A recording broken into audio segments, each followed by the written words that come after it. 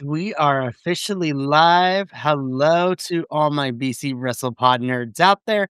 And welcome, to another rendition of Los Lobos, your weekly CMLL review show here at the BC Wrestle Pod Network Syndicate conglomeration thingamabob we do pretty much every day of the week now. I am El Jefe of BC Wrestle Pod. I am in the first position tonight, Mikey. And of course, joining me as always is, our honorary invited to the quince always in Papa Oso himself. So I love Adolfo. I miss him so much. Damn it. I was like, it's okay, Adolfo. You could just say you don't like us. It's fine. I'm just kidding.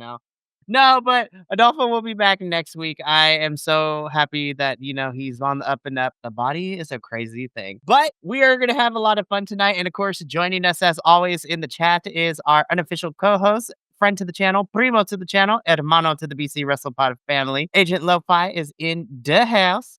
So we're going to have a good time. We got a lot of things to talk about. We are recapping specifically, this was Night of Champions in CMLL. So every single match was a championship match of some capacity, and we're going to get into that.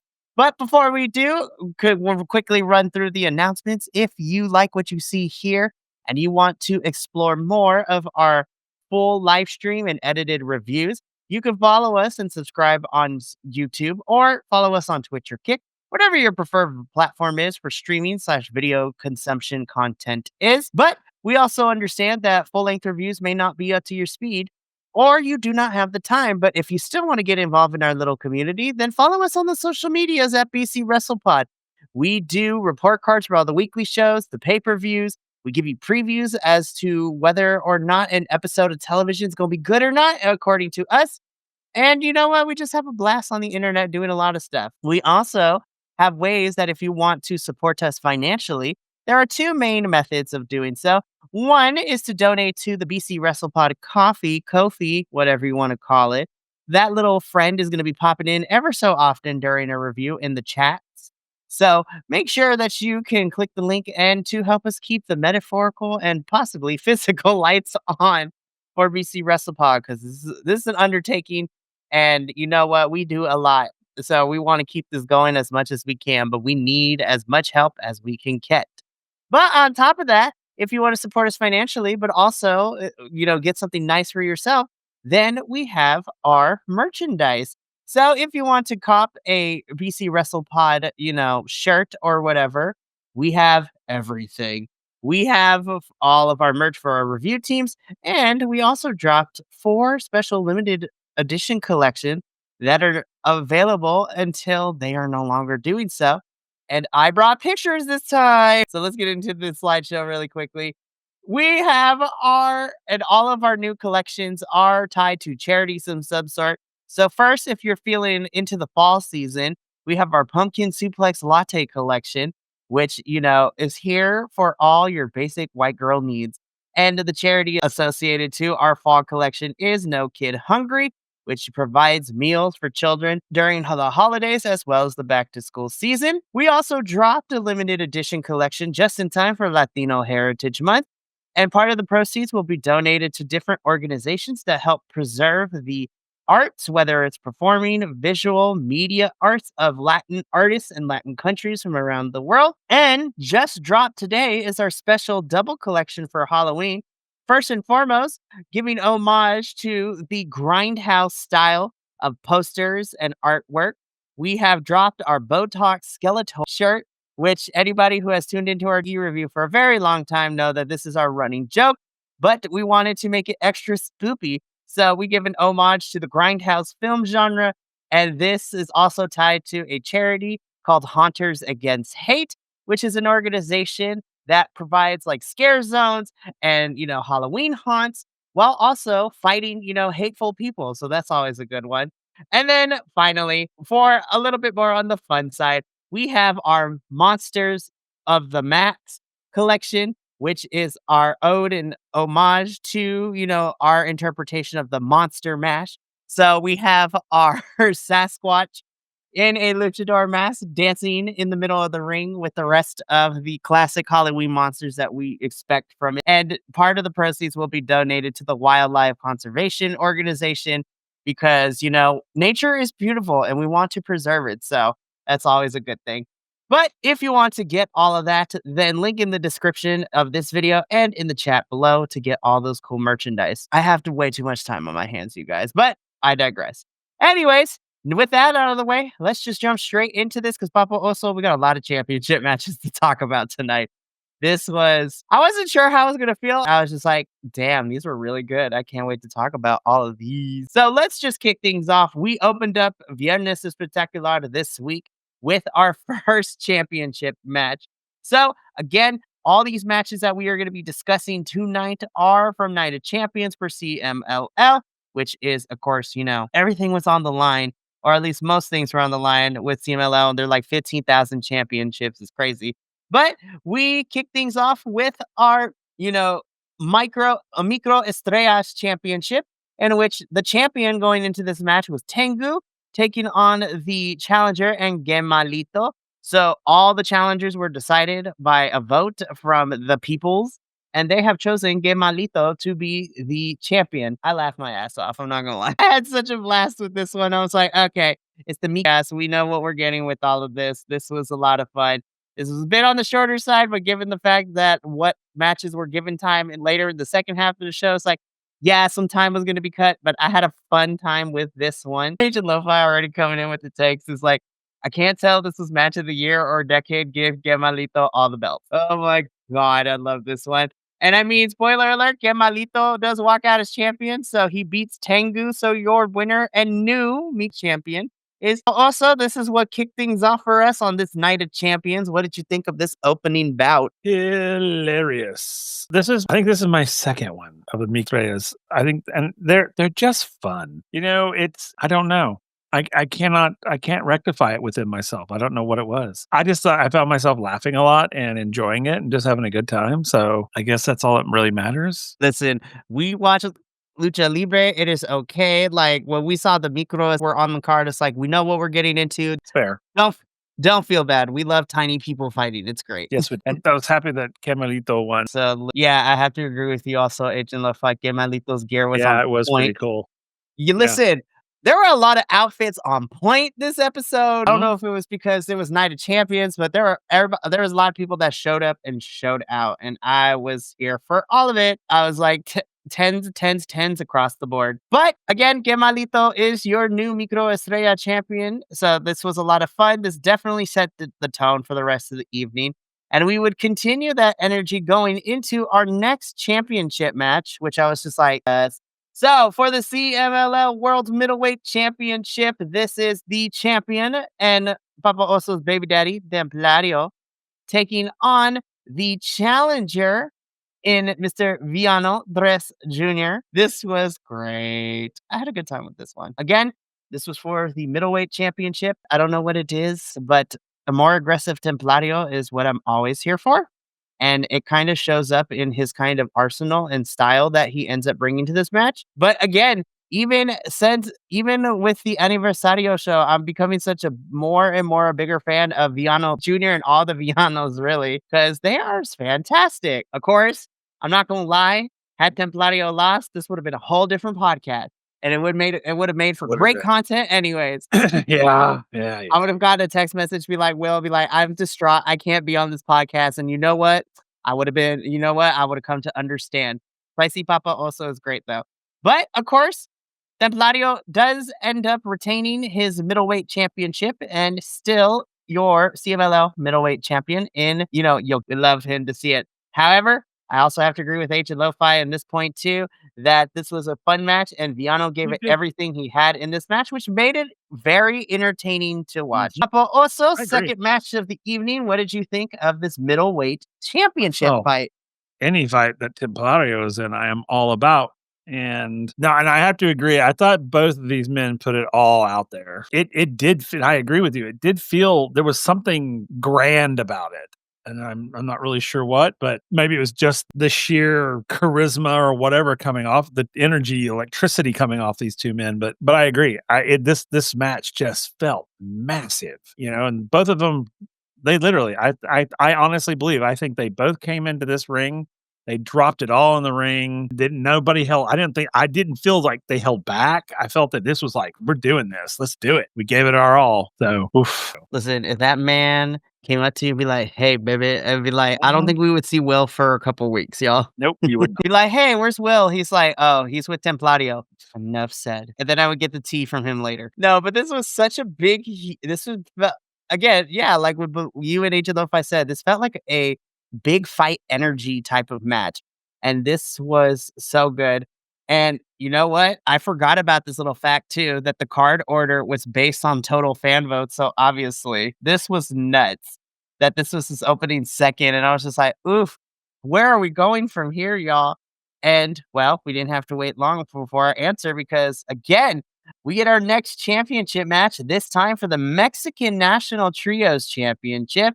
It is our challengers of Stigma, Arc and Co, taking on the champions, which is Hijo Jr., Felino Jr., and El Co. So again, CMLL has two sets of titles, the CMLL and the national titles. So this was for the Mexican National Trios Championship match. But with this match in particular, I'm like, there are 6 men in this ring. And if I blink, I'm going to miss something. So literally like Clockwork Orange, like just peel my eyeballs open to keep them. I'm just like, holy hell, the energy was off the charts with this was a really fun back and forth between all 6 individuals, but it would ultimately be our champions of Luca Jr., Felino Jr., and who would retain the championships. But I had a blast with this one. I was like, give me high octane action any day. This one was super fun. And this is again, man, Lucha never ceases to amaze me. Yeah, I could watch these 6 men 3 different nights and get something completely different every 3 nights and enjoy all 3 of them like equally. I just think that, yeah, it was so good. It's super good. It definitely was. And Agent Lo-Fi coming in, with his thoughts on this. It started a bit rough, but they got it going in the second half, and this was a proper fun one, which I have to agree. Also, looking at this picture right here, I can't for the life of me. I'm just like the Stuka Jr. with his goggles and what looks to be a bike helmet with eyebrow. I'm like, but it's snakes, but I'm like, from a distance, they look like he literally Cholita eyebrow sharpie these things onto his helmet. They're snakes. They're not Chola eyebrows, but I was just like, now I kind of wish they were Chola eyebrows, but I digress. I had a blast with this one.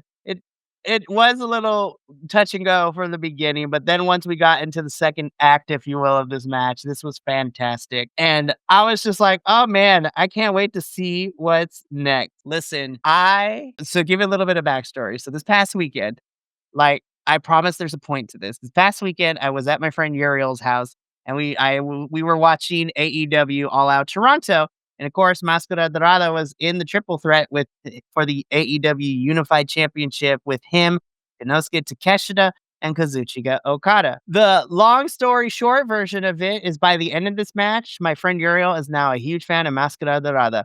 And again, this 23-year-old, it has the rocket strapped to him, and this match was no exception. So this was for the World Historic Welterweight Championship. Mascara Dorada, the champion, taking on the challenger and Capitida. This was another match where if I blinked, I was going to miss something because, again, these two are just like, we just gonna flip. We just gonna do all the things. And I'm like, oh, yes. I had a blast with this one.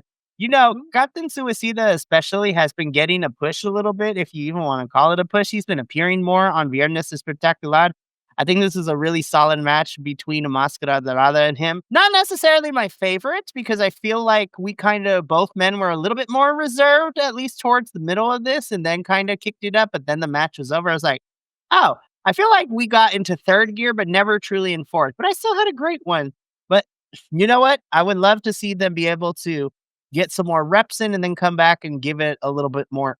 Papa, what did you think about this one? I liked it, of course, as usual, but I have to agree, it felt a little sluggish, I think is what I'm gonna call it. I think they both did pretty good, and I have to agree with Agent Lo-Fi. What we got from Mascara Dorada is what we always get from Mascara Dorada, I felt. Not that that's a bad thing, but I will have to say, I think he was kind of the star of this match. I mean, he was showing out. I have to give it give it to him. And I think again, Mascara Dorada, he is Mascara Dorada, and he's going to do his thing, and that's what he does. And there ain't nothing wrong with what he does because I love Mascara. But I agree. I think, and I also agree with Agent Lo-Fi earlier about I think they have a better match in them than this one.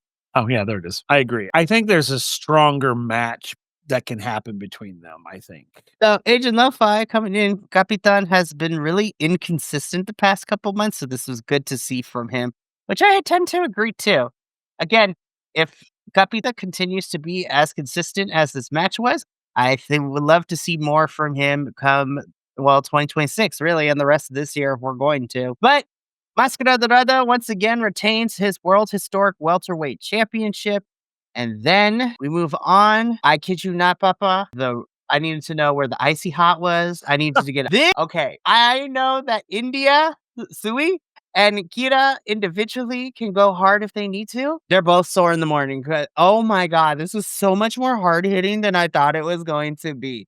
Like the snapdragons, just the pure lariats, just like strong. If you want to call it the lucha libre style, like strong style in Japan, where we're just hitting hard.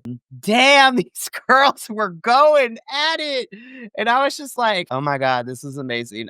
Yeah, but this was crazy. This was for the Mexican National Women's Championship, champion India Sui, and challenger. That finisher for India was nuts. I was like, "Oh my god!" I was like, I'm terrified. And honestly, I think I'm slightly turned on too. Oh my god, hey. Oh my yeah. Well, yeah, this went exactly as hard as I mean, I really did. I mean, it's a championship. I thought, these two women are about to just destroy each other. And sure enough, it was hard hitting. I was like, yeah, Amazonas, go to town. And they did not disappoint. And I agree, they're gonna be sore in the morning. Yeah, and you know what? I'm laughing, but for a good reason. Agent Lo-Fi is just like, he agrees that this was more hard hitting, especially for Kita. Also, a completely different Kita from the night before on that G1 show, which is very true. The funny thing is we got Night of Champions on Friday, but the day before on Thursday was the Pokemon collaboration show for the new Pokemon game coming out this month. We had a bunch of the wrestlers come out in Pokemon themed gear. We literally had an Eevee and a Pikachu mascot the whole entire night. Hilarious.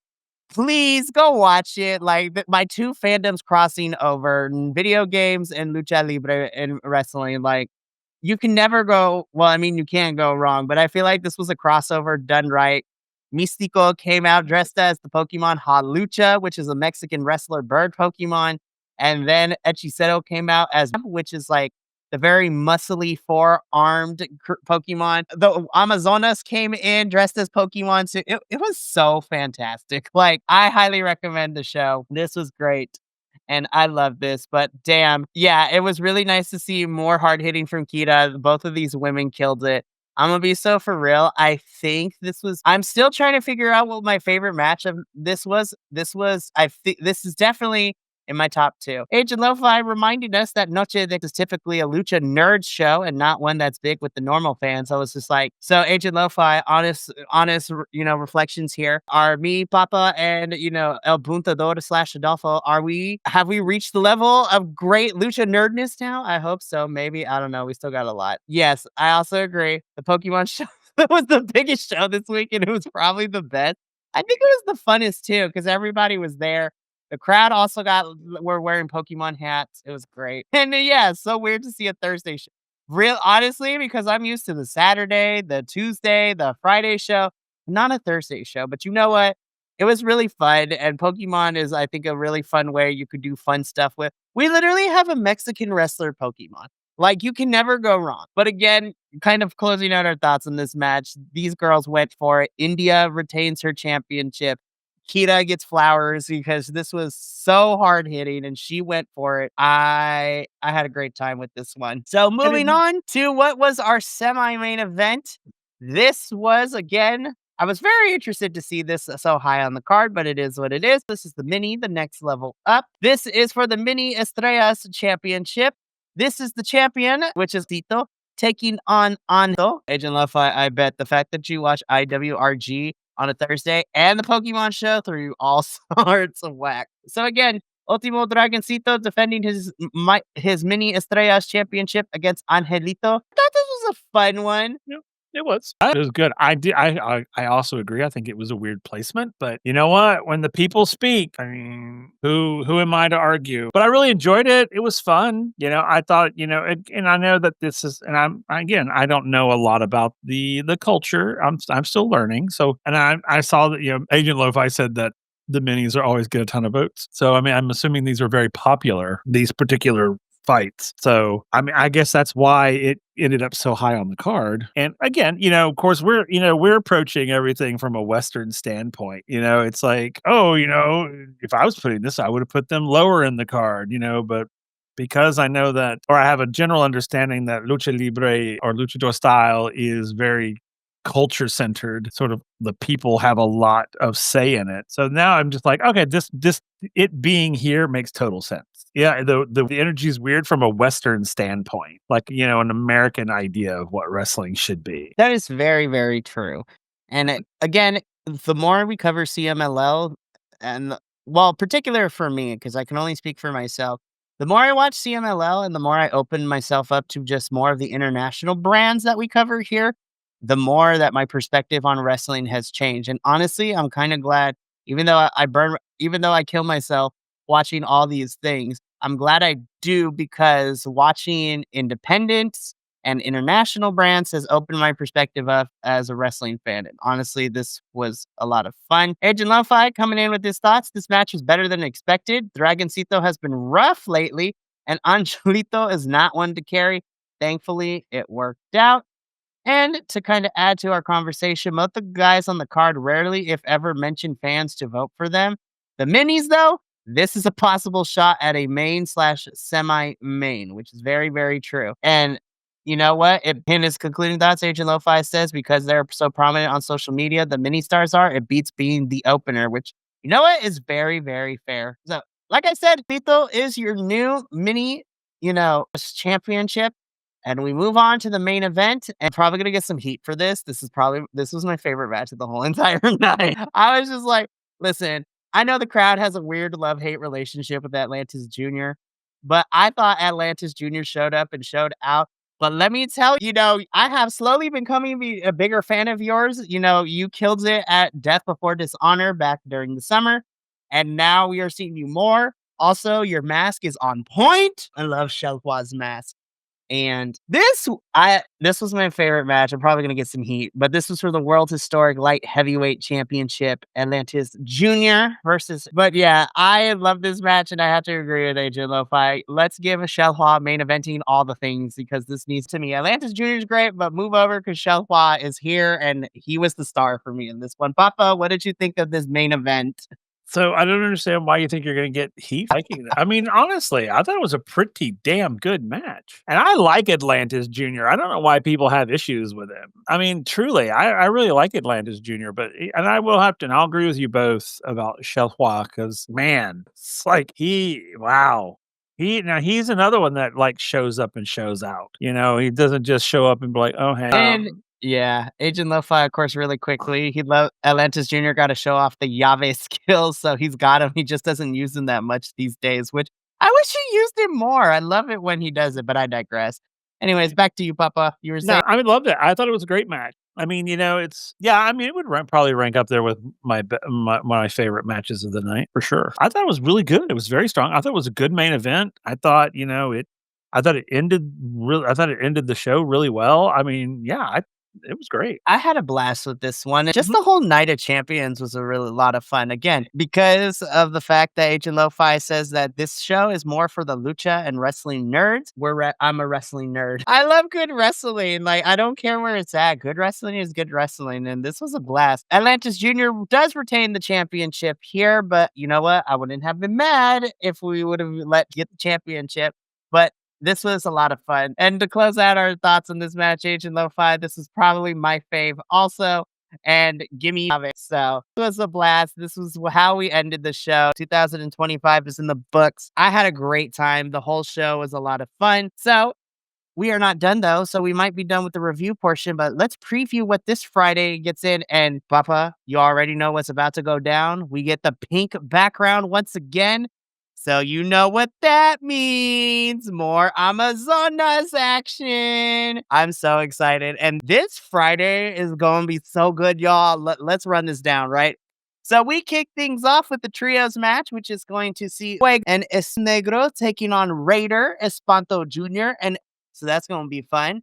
Then in Amazonas trios action, we are getting the team of La Jarochita, Scadi, and Taba taking on, of course, our quarrels, our queens of Zuxis, Persephone, and Sunelli. And I'm just like, I'm excited. So that should be a fun one. Then after that, we get a special trios match because we have some really fun teams here. We are getting Atlantis, so Atlantis Ladio and Atlantis Jr. teaming up together against Ultimo Good, our lovely zombie defunto, and our Japanese elder statesman Okamura. So that should be a lot of fun as well. But then they're just like, hey, you know what? October CMLL is just like, we're just going to throw all the craziness at you. So then in the semi-main event, we are getting Bandido versus Hechicero round 2, and it is for the Ring of Honor World Championship. I'm like, you're just going to casually drop a championship match on my Friday. Okay, let's go. And it's Hechicero and Bandido. Listen, I gushed about how much I love their match at Ring of Honor's Death Before Dishonor. The only critique I had is it went too long, but we're in Arena Mexico. And so I'm like, I'm so excited. Bandido is going to roll. But yeah, I have to agree. Ancient Lo-Fi, it's like Etchy's gonna rule, but I don't think they're gonna get 38 minutes like they did in ROH.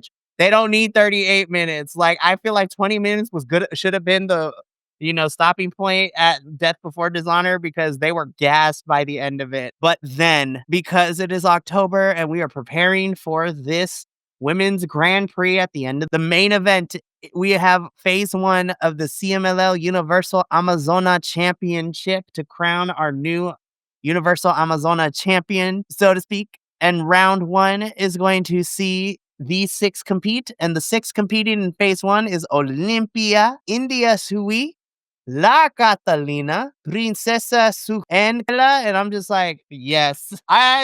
Listen, we had a grand time last year during this month because we got to see lots and lots of Amazonas action. I mean, we get the women's Grand Prix, and I believe the show before the Grand Prix. Well, no, the Grand Prix is all women, so that is I'm excited. More Amazonas action is never a bad thing, and I'm excited to see this main event happen with these 6 Amazonas kind of closing out the show for us. Also, please, CMLL, do what you did last year for the Women's Grand Prix, which was basically your all-women show. We had women referees. We got La Vaquerita in there, so let's get everybody there.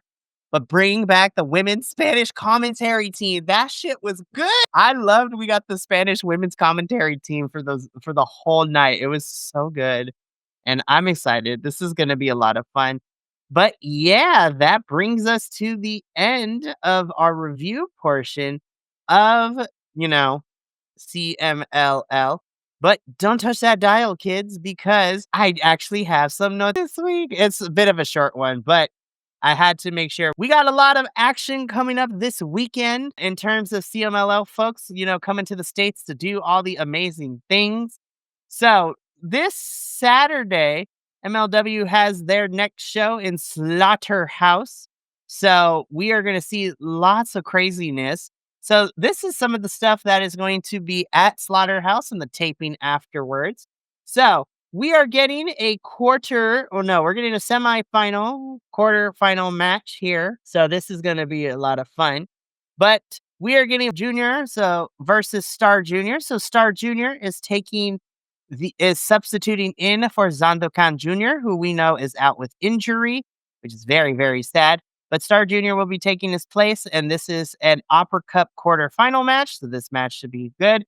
But the match I am looking forward to most in the Opera Cup is this one right here. Místico versus Ultimo Guerrero. One of them is going to make it to the semifinals, and I'm excited for this match. But then, at the other taping for Slaughterhouse, because they're going to be taping 2 shows on Saturday, we are getting our new MLW National Openweight Champion, Blue Panther, defending his title in a triple threat against Atlantis Senior. But the one that I am excited about the most is our new MLW World Middleweight Champion, Templario, will be putting his title on the line against Virus. And then, of course, if October wasn't crazy enough, Papa, with all the Amazonas action for the whole month, I just want to remind everyone that in 3 weeks' time, we are once again having Fantastica Mania. This time, Fantastica Mania UK. This is Rev Pro and CMLL teaming up together. And you bet your bottom dollar that we are going to be covering this crossover show between Rev Pro and CMLL. Man, I cannot wait. This is going to be a blast. And that is my noticias for the week. To end things though, Agent Lo-Fi coming, in to tell us that Miss Tessa Blanchard is coming back to CMLL for a hot minute on the 10th. And we are getting Persephone versus Mercedes Monet from AEW on the 17th. And I was like, yes, women's action's going to be crazy.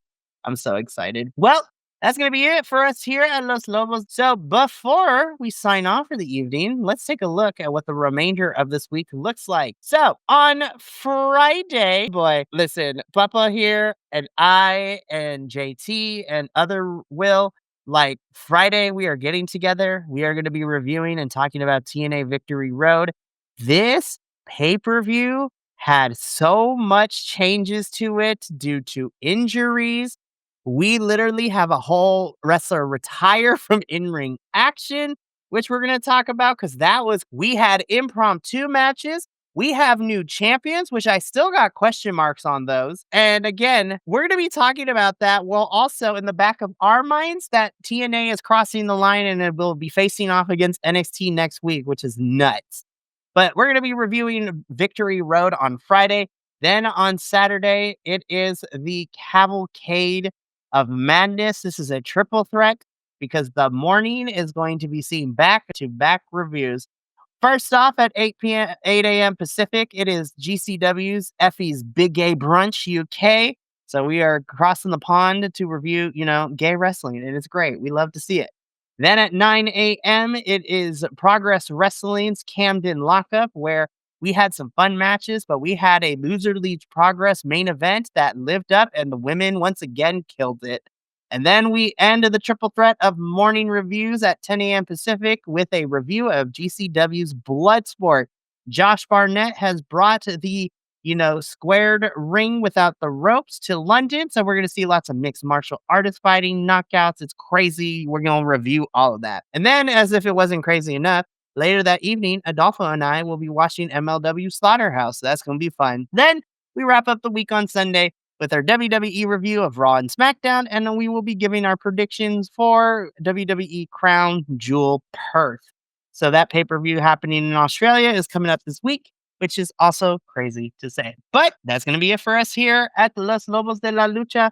When we come back next week, we are in the midst of Amazonas month, and I am so excited. I'm looking forward to this Women's Grand Prix. This is going to be good. But for myself and Papa Oso and the rest of the BC WrestlePod family, remember, take care of yourself, love one another, stay iconic, and more importantly than anything, you always deserve to finish your story. The trio of myself, Papa, and El will see you next Wednesday for another episode of Los Lobos. And until next time, peace. Thank you so much for tuning in to another Vibe Tribe production. What's going to happen next time? Well, you're going to have to tune in to find out. But until then, remember, take care of yourself, love one another, and as always, make sure that you keep the good times rolling. Thank you for being here, and we'll see you next time.